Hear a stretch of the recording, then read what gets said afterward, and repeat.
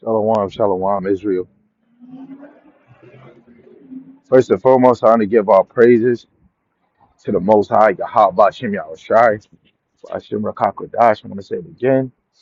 All praises to Yahawah, Bahasham, Yahawashi, Bahasham, Rakakwadash.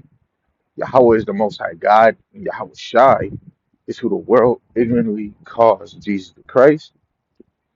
And of course, I want to give double honors to the apostles and the elders of Great Millstone, who've been ruling well through the Spirit, teaching His word and believing His word to the best of their ability.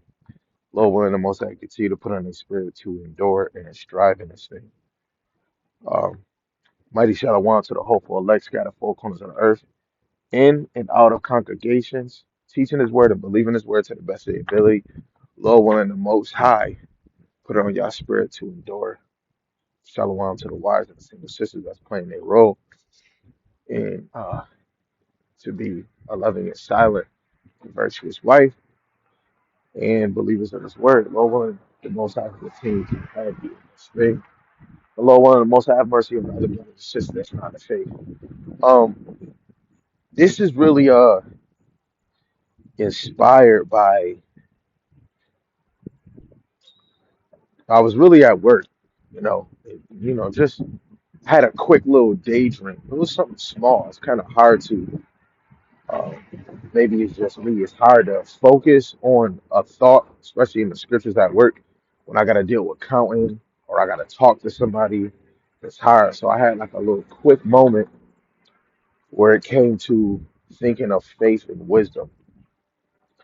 You know, a few days, like for the past few days, I kept telling myself, do I really have faith, right? Do I really have faith in Yahawah Shem Shai? Even the little that I see, I always would tell myself, is it enough? Is it enough? You know, and even coming to work, um, which I said probably in another video, a brother asked me a question about scriptures and how he asked me. It wasn't like scoffing or an agent. He like really was asking me. This was an OG. We talked for like a few days. I'm giving him answers, but I wasn't going too crazy. One day, he said he had a dream, and I was in the dream. And in the dream, something told him in his head or whatever said that this guy is more knowledgeable than you. I'm like, whoa, that's crazy. And while we're talking about Jacob's trouble, we're talking about the mark of the beast. You're not just talking about law. But the brother does ask and say, hey, if Jesus came, if Yahawashi came, why would we be doing the law? Ain't the law done away with? And we get a new covenant. And I start showing him certain things, and he, through the Spirit, automatically said, "Yo, we gotta be in the curses." He said, "It's crazy. We kept going back away from the Lord, and each day it's like this man grew in the faith.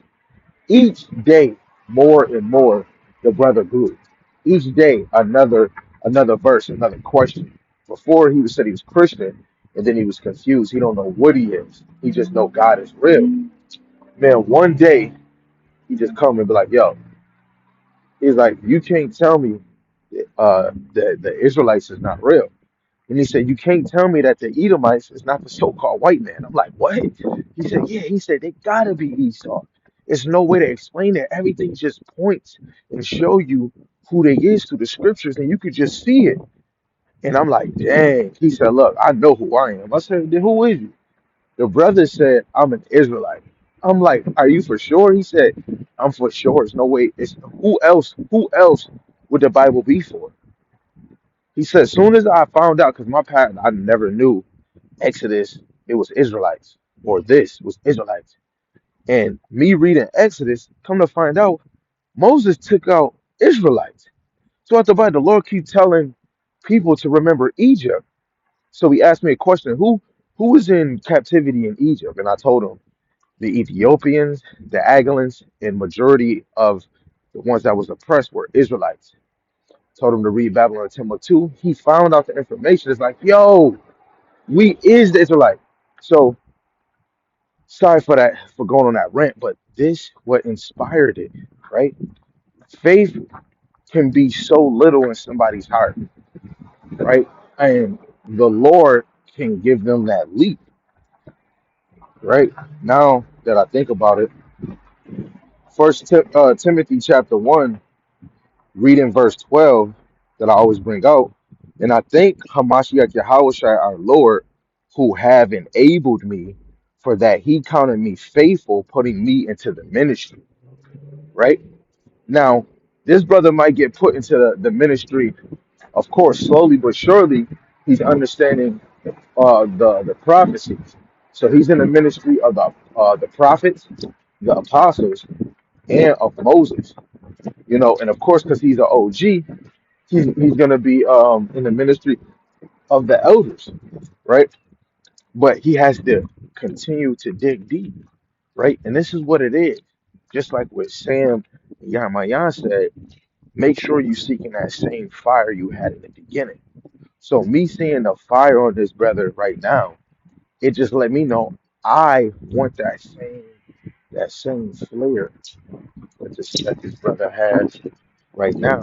I want to get that back, right? And with much not faith, with much faith and wisdom, we'll all be able to stay on fire, be on fire, consume fire, right? The Lord can enable you because He's saying that you are able, right? You gotta be thankful for the little faith that we might have, right? Like I just said, I'm at work telling myself, do I really have faith in the Lord? It doesn't matter if you got 70%, 60, 20, 5, however the amount to Yahawashi shy, the little faith you have, the Lord can do miraculous things, right? So the point of this thing wasn't to go crazy, but long in this video. But the whole point was really change the first chapter. And I'm reading this in the GNT, right? Just so it can go straight direct, right to the point that I want. So James chapter 1, you see the title, Faith and Wisdom. So we're going to read verse 2 to verse 8, and that's going to go to the point of the faith and the wisdom. It says, my friends, right? I just wanted to make a notion. Abraham was a friend of the Lord because he believed, he listened, right? He had faith, right? And you go to St. John, the 15th chapter, right? You can be a friend of the Lord when you listen to him, when you do what he commands you to do, right? And so the true believers, the elect, is the true friends of Hamashiach Yahawashi. So it says, my friends, consider yourselves fortunate when all kinds of trials come your way. For you know that when your faith exceeds in facing such trials, the result is the ability to endure, right? That's the whole, when we go through trials, it's about, can you endure? You might be out of a car for like some weeks. You might lose your house. You might have to live with your auntie. It's enduring those elements, right? You might had a job that was paying you $20 an hour. You get laid off and you might be on unemployment, or you might have to downgrade and get you a job for $12 an hour. Endure, right? You might get pregnant during the summertime, or get pregnant when you work and it's a good job, but now you can't do as much, right? You might have all these kids and you can't work the way that you want to because you got to take care of these kids, right? Elements, endure, right? You might only get $100 in food stamps, but you work and you got to spend your actual bread, right? Endure, right? And those obstacles that we do have is probably for our learning, right? It's probably the Lord trying to see, can you manage, right? Can you sacrifice, right? A lot of us probably have bread, but we could be spending it on alcohol, drugs, trying to have a fun time, trying to always think about, hey, let me please my kids, let me get them a PlayStation, let me get them this. Like, uh, after your bills is paid, anything outside of that is extra, right? Dropping bread for your kids, toys, their games, that's just extra, right? And if you're doing that, you have to accept to know that you might be broke, right? There's many different trials we go through, right?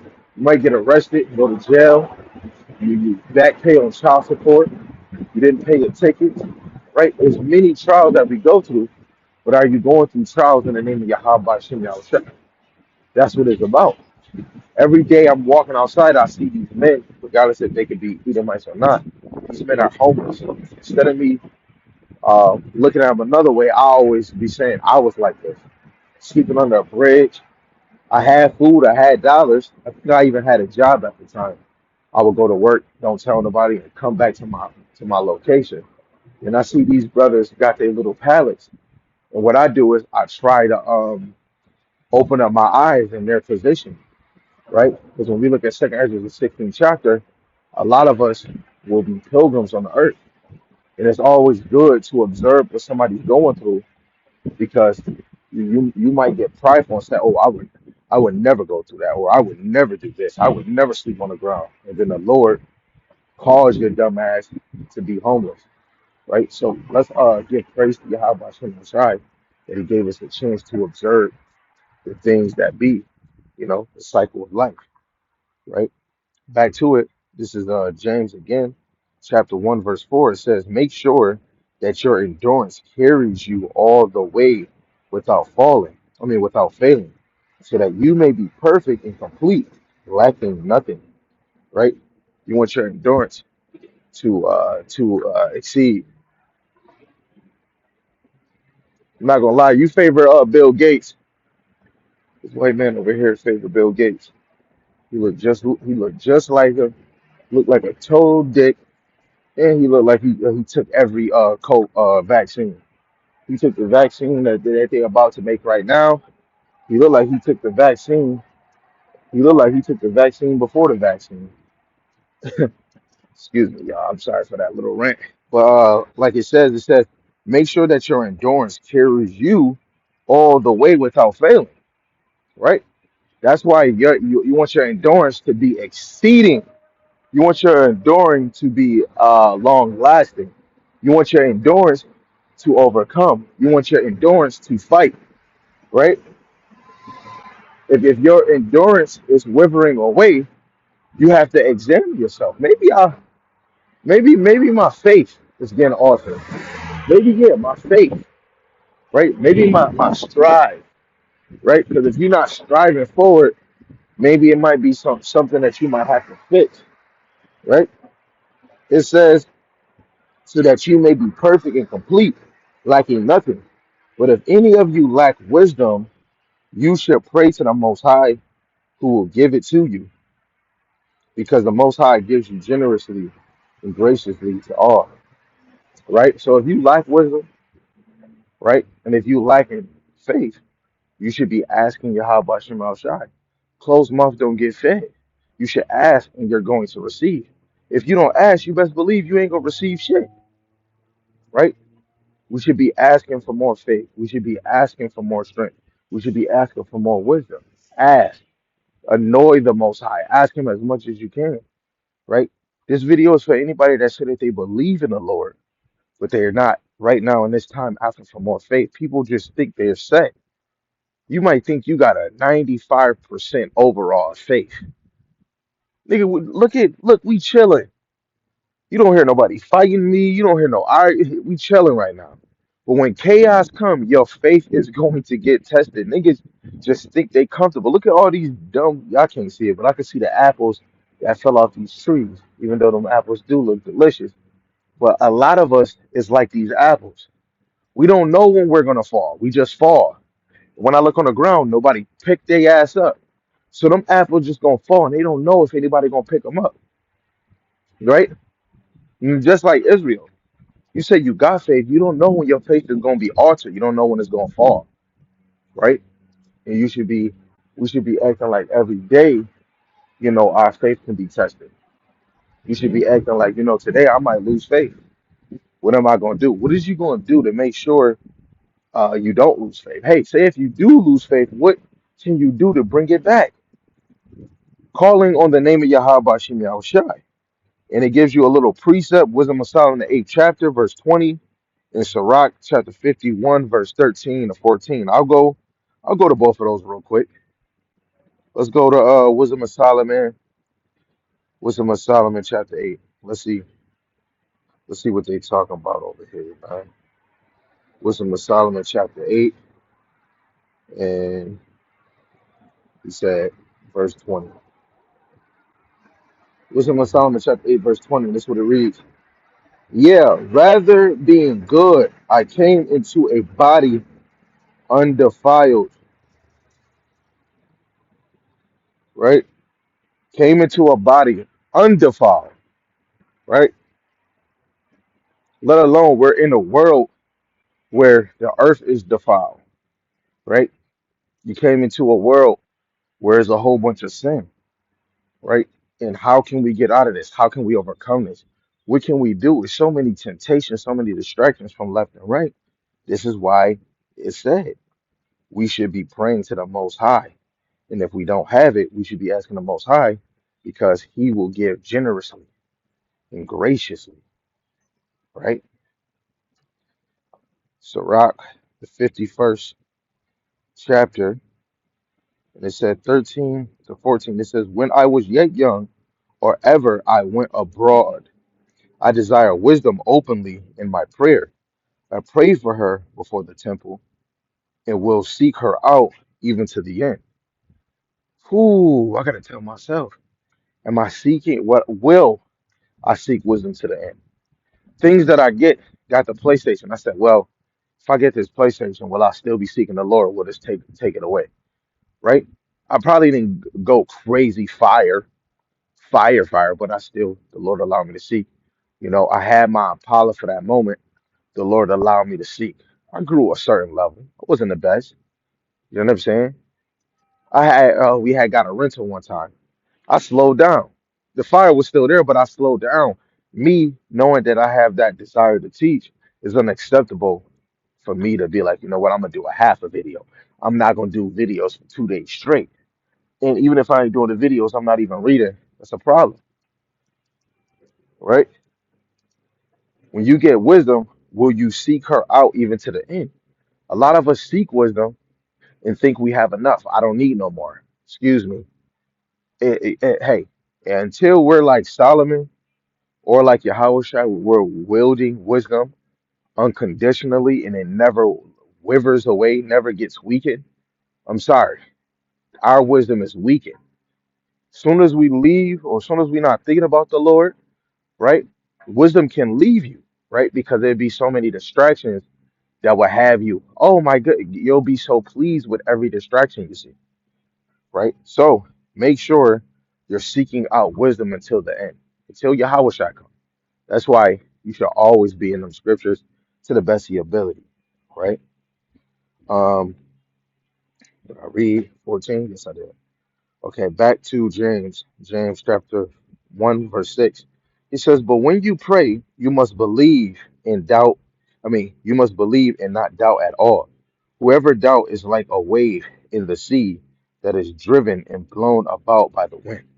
So if you doubt Yahweh Shema Shai to the greatest and the littlest thing, uh you are like a wave in the sea that is driven and blown about by the wind, just tossed to and fro, right? And if you doubt in the Lord, when the Lord puts so much evidence to show you that He's real, you hurting yourself, and that's really Yahweh Shema Shai. This is why it's beautiful to know when we uh